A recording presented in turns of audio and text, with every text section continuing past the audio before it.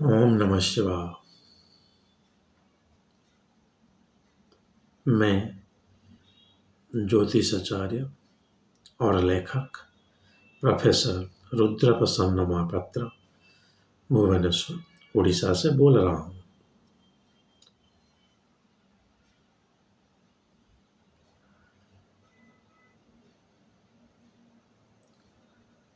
आज मैं फिर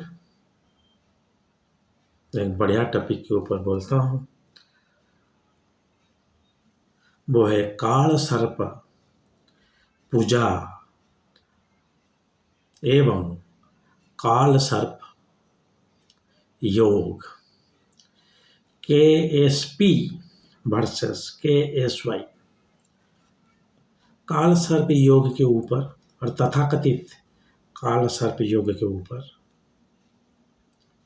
मैं बोल चुका हूँ। ज्योतिष ग्रंथ में नहीं लिखा हुआ है और मैं भी अपना अभिज्ञता से ऐसे कुछ नहीं लिखा हूँ। कंप्लीटली मना करता हूँ, ऐसे कुछ है ही नहीं चीज। वही काल सर्प जो बोलते हैं, अगर वही हम देखेंगे भाव भाव कारस भाव भावेश और कारक का जो प्रिंसिपल होता है ज्योतिष का, अगर वो सही है तो वो ठीक रहता है। और काल सर्प वैसे ग्रह मालिका योग भी हो सकता है, एक विहंग योग भी हो सकता है। तो वो सब चीज देखना पड़ता है बारीकी से, ऐसे नहीं कि बस देख ले राहु केतु और काम खत्म।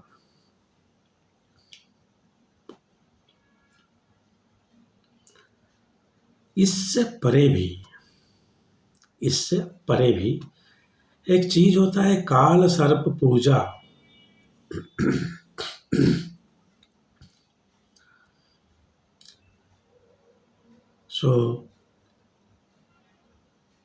क्या होता है यह काल सर्प पूजा? ये होता है क्या और करना चाहिए क्या? देखिए, काल सर्प योग जो है वो ज्योतिष के अंदर आता है, मतलब नहीं आता है, उसको ले जाया गया है कुछ भंड ज्योतिष के द्वारा, पुंगा पंडित जिनको बोलते हैं।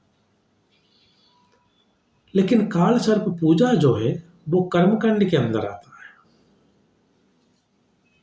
हालांकि मैं उसके बारे में कुछ पढ़ा नहीं हूँ, पढ़ना भी जरूरत नहीं समझता हूँ, क्योंकि जो कर्मकांड पंडित हैं वो उसको करेंगे।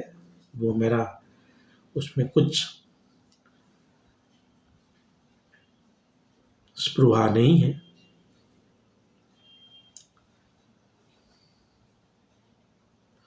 लेकिन होता है, इसको मैं मना नहीं करूंगा। काल सर्प पूजा होता है। क्यों करते हैं काल सर्प पूजा? यहाँ पे एक मजे का चीज आता है। जैसे कुछ भी प्रॉब्लम हो गया तो हम बोलते हैं कि काल सर्प योग।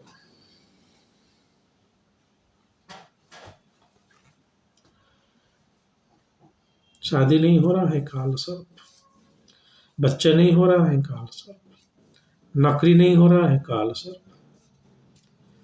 इतना कुछ काल सर्प में है तो मैं पैदा ही क्यों हुआ था? जरा सा गलत या 420 है, मैं बता चुका हूँ। लेकिन ठीक इसी तरह भी काल सर्प पूजा को भी कुछ ज्यादा ही प्राधान्य दे जाए। आपका शादी नहीं हो रहा है, काल सर्प पूजा करवा दीजिए। बच्चा नहीं हो रहा है, काल सर्प करवा दीजिए। ये जो पूजा है, जो हमारा सीमित ज्ञान है उसमें से बोल रहा हूं। काल सर्प को आप समझिए। सर्प जो है हमारा हिंदू सनातन में, या सनातन ने छोड़ दीजिए, इतना ज्ञान नहीं है मुझे, ज्योतिष में सर्प को बुरा माना गया है। सर्प प्रदक्षिण, सर्प श्राप। एक अंग्रेजी में वीडियो है, मैं इसके ऊपर सर्प स्नेक्स इन एस्ट्रोलॉजी, उसको भी देखिए, पढ़िए। अंग्रेजी थोड़ा समझिए, नहीं तो आप बहुत सारे चीज मिस कर लेंगे। नहीं पढ़ पाएंगे। अगर मैं पढ़ना चाहूँगा कि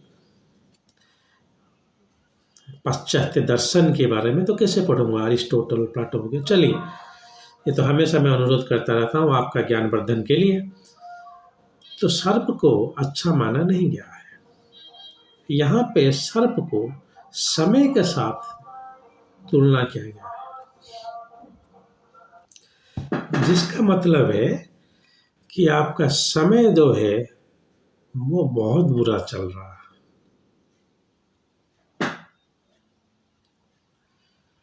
तब आप ये काल सर्प पूजा करवाइए। लेकिन बुरा समय क्या होता है, ये आपके ऊपर निर्भर करता है। जैसे मेरे पास कुछ नहीं, फिर भी मैं तो बहुत खुश हूँ और हमेशा भगवान को धन्यवाद देता हूँ। चलो, इंसान तो बनाया आपने, खाने को दे रहे हो, और क्या चाहिए। हमेशा जब उठता हूँ और जब सोने के वक्त जाता हूँ तो बोलता हूँ।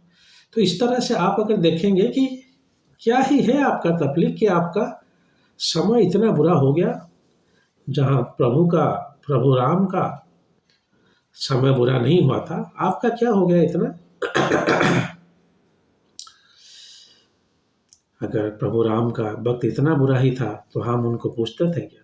अगर हम उनको पूछ रहे हैं तो हम भी प्रभु राम की तरह बुरे वक्त में परेशान होने का कोई जरूरत नहीं है। कोई भी राम भक्त किसी भी सिचुएशन में परेशान नहीं होंगे।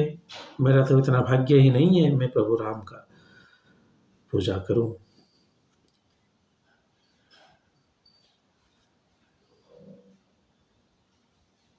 हालांकि जब रामेश्वरम जाता हूं और एक छोटा सा मंदिर है, वहां पे बैठ के साधना करता हूं। कैसे वहां मूर्ति है राम जी, मतलब एक छोटा सा साइड में बैठे हुए हैं और रुद्राभिषेक कर रहे हैं, अच्छा लगता है।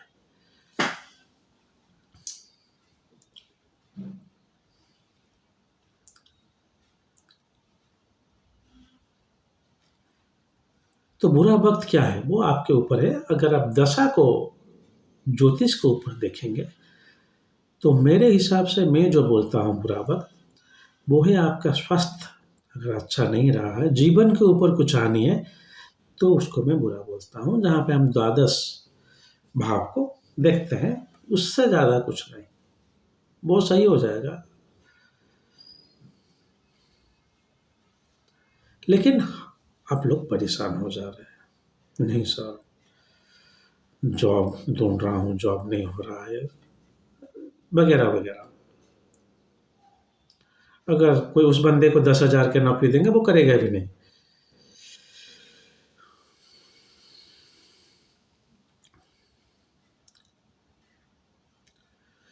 तो उस बुरा वक्त में अगर आप जाते हैं किसी शिव मंदिर के ऊपर, ज़्यादातर ज्योतिर्लिंग में पूजा होता है, त्र्यंबकेश्वर में बहुत फेमस है। मैं किसी पूजा का यहाँ पे प्रमोट नहीं कर रहा हूँ, ये पूजा करवा देते हैं। सिर्फ कालसर पे ही क्यों, ज़्यादातर जो पूजा देखेंगे आप मंदिर में ऐसा ही होता है। सब कर्मकांड का जो प्रिंसिपल है, अब जब मंदिर जाते हैं तो आपका कोई भी प्रॉब्लम हो, वो वही एक पूजा ही करवा देते हैं। शिव मंदिर जाइए, कोई भी प्रॉब्लम हो, रुद्राभिषेक भी कराएंगे। विष्णु के मंदिर जाइए, कोई भी प्रॉब्लम है तो वो वहाँ पे विष्णु सहस्त्र नाम करवा देंगे, यज्ञ। यहाँ पे पानी, वहाँ पे आग।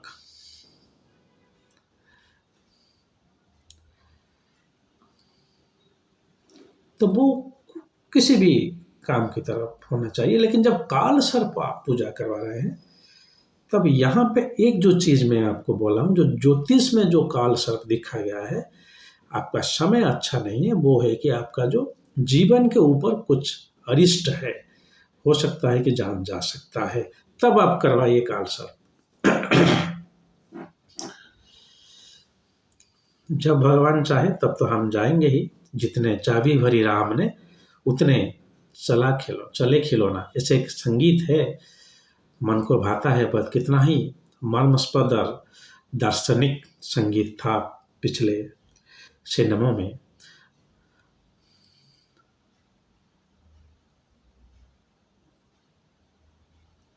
तो फिर भी अगर ऐसे कुछ ज्योतिष को दिखाने के बाद अगर ऐसे कुछ है, आपके जीवन के ऊपर कुछ रिस्ट है, तो ही काल सर्प करवाइए आप पूजा। शादी नहीं हो रहा है, बच्चा नहीं हो रहा है, वो सब के लिए काल सर्प पूजा नहीं बना। आपका जो सर्प, काल सर्प क्या होगा? अगर आप सर्प ही ले लें काल को, सर्प आपको क्या करता है? मार ही देता है ना। जीवन से मतलब शरीर मर जाता है, आत्मा तो अमर है। तो जीवन से आप मुक्ति हो जाएगा, मर ही जाओगे आप। आपका जीवन के ऊपर कुछ कुछ रेस्पॉन्सिबिलिटीज हैं। आपका बीवी है, बच्चे हैं, तो माँ बाप हैं। उस हिसाब से आपका जीवन कुछ मूल्य रखता है। उस हिसाब से हम बोलते हैं कि जीवन के ऊपर जब रिस्ट आता है तो हम पूजा करवाएं। तो हम महादेव को, महाकाल को पूजा करते हैं। वही है जो आपको काल का उतार सकता है, वो है महाकाल। तो महाकाल मंदिर में जाके आप महाकाल सर्प पूजा, काल सर्प, कुछ लोग वहाँ पे महाकाल सर्प ऐसे ही बोल देते हैं। चलिए वो तो कुछ गलत बोलिया है, काल सर्प पूजा ही होता है, लेकिन तब किया जाएगा जब आपका काल खत्म होने को चांसेस हैं। कुछ ऐसे, जैसे द्वादश अधिपति का दशा चल रहा है अभी, तो इसीलिए काल सर्प पूजा जो है वो बिना जातक दिखाए आप मत कीजिएगा। बिना जातक दिखाइए काल सर्प पूजा मत कीजिएगा। शादी नहीं हो रहा है, 1 साल के बाद हो जाएगा, क्या जरूरत काल सर्प का? सप्तम अधिपति सप्तम भाव में बैठा ग्रह, जब चलेगा तो हो जाएगा। लेकिन अब जीवन के ऊपर रिस्ट है तो आप कुछ नहीं कर सकते। जो करेगा महाकाल करेगा। तो वहीं पे शिव काल सर्प किया जाता है, ना कि बच्चे नहीं हो रहे हैं, ये नहीं हो रहा है। अभी मैं आता हूँ एक ज्योतिष के ऊपर, जो काल सर्प दोष, सो काल सर्प पूजा कराए, ये गलत है। काल सर्प दोष है ही नहीं तो पूजा क्या करवाना। अगर आपके अंदर कुछ रोग ही नहीं है तो क्या दवाई खाना? दवाई खाओगे तब जब रोग आएगा। काल सर्प दोष कुछ है ही नहीं तो काल सर्प पूजा काल सर्प दोष के लिए नहीं है भाई। उसका उद्देश्य और ही है, मैं जो बोला अभी। तो अगर इससे कोई पंडित कर रहे हैं, ये गलत है।